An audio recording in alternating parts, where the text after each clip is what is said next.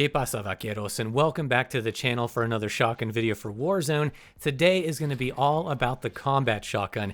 I think it's time I did sort of a best class setup for this gun. This video is inspired a little bit by Joe's video on the combat shotgun he made recently. He did an absolute crazy video. He was just killing people left and right with a sort of unorthodox setup that I wouldn't really normally recommend for this gun. But of course, he's Joe, he's insane, he's a god tier player, and he made it work. And it just goes to show you, if you got the skill, you can make anything work.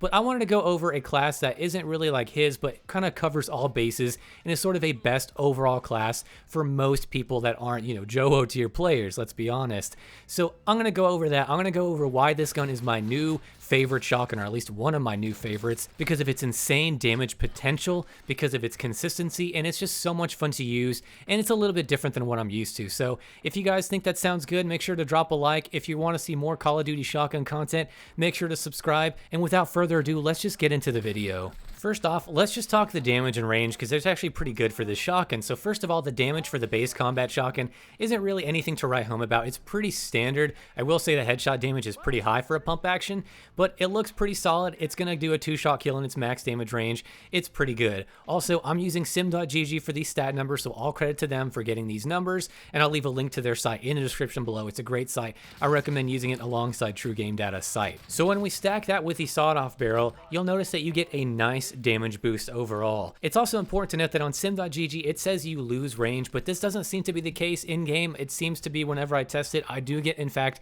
more range and more damage, so you can see why it's probably one of the best barrels to use. But of course it doesn't stop there.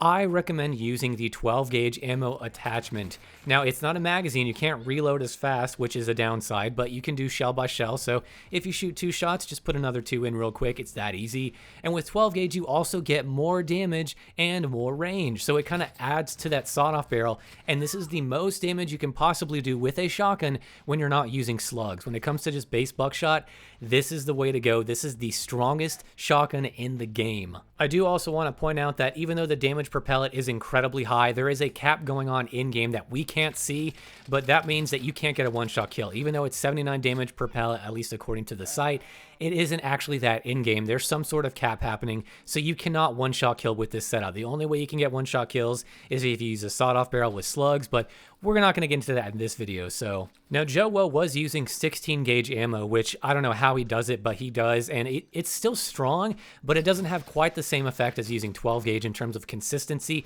It's still good, but you're not getting as much range and damage. So again, you can make it work. If you're a really good player like he is, you can make that sort of setup work. But I think for most people, just stick with 12 gauge in the sawed-off barrel. That's really a sort of pillar, I think, of this shotgun. It's just so strong and it's so consistent. One of the important things about these big heavy hitter pump action shotguns is their 2-shot potential, right? The damage and the range. And for this gun, with this particular setup of the sawed-off and the 12 gauge ammo, your 2-shot is looking at around 7.9 meters. For reference, if you did use a sawed-off barrel with just 16 gauge ammo, that 2-shot potential would go out only to about 6.5 meters. So pretty big difference there. You can see why I recommend it, of course, and you get more damage. So now I do want to talk about the ammo types real quick and get some stuff out of the way. I know a lot of people have been telling me incendiary is the way to go now, and while I do think it packs a punch, it's mainly when you face people that don't have EOD on. So when you don't have EOD, this gun will just destroy you. It just does so much damage. It's great. It has an 8.5 meter 2-shot kill with the burn, which is really good,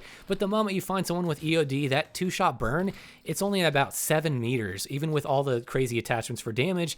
So it's kind of falling short. It's still good, but I don't think it's ideal, and it gets a little inconsistent because of EOD, so you have to be careful with that. Is it good? Absolutely. I would still recommend trying it out, but I think the best way to go for this is to use reduced powder, because reduced powder helps your fire rate a little bit, so it offsets the 12 gauge ammo type's reduced fire rate, so you kind of make up for that.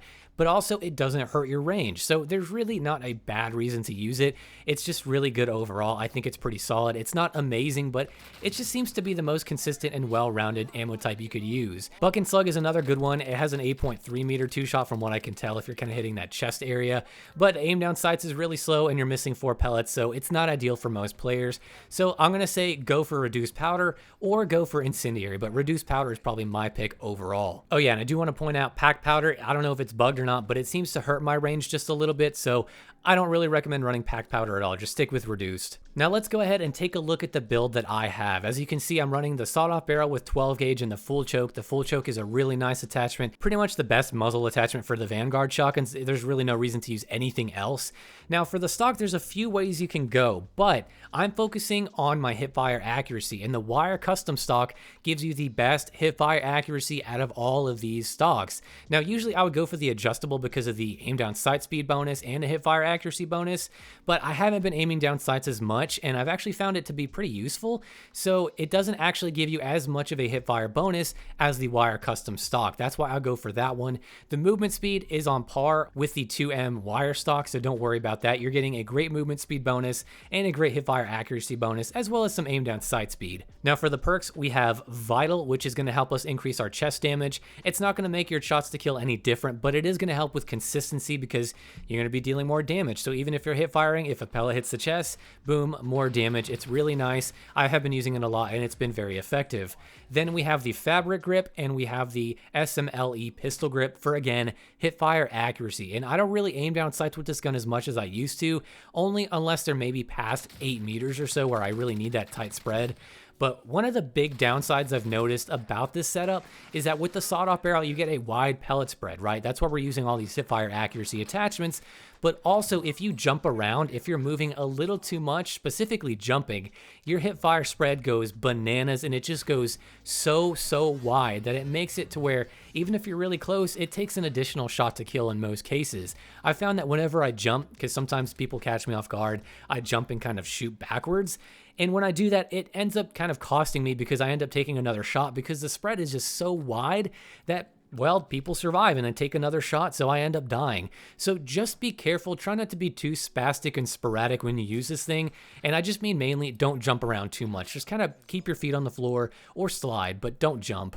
Unless you aim down sights, in which case you get a tighter pellet spread, so it kind of works out in your favor. Now, as for my thoughts on the gun, I love it. It's easily one of my new favorite shotguns to use. I've just gotten more used to it. I decided to stop aiming down sights as much, and that's been helping for closer range engagements, because I notice when I aim down sights, it can be a little slow, so that kind of ruins my game.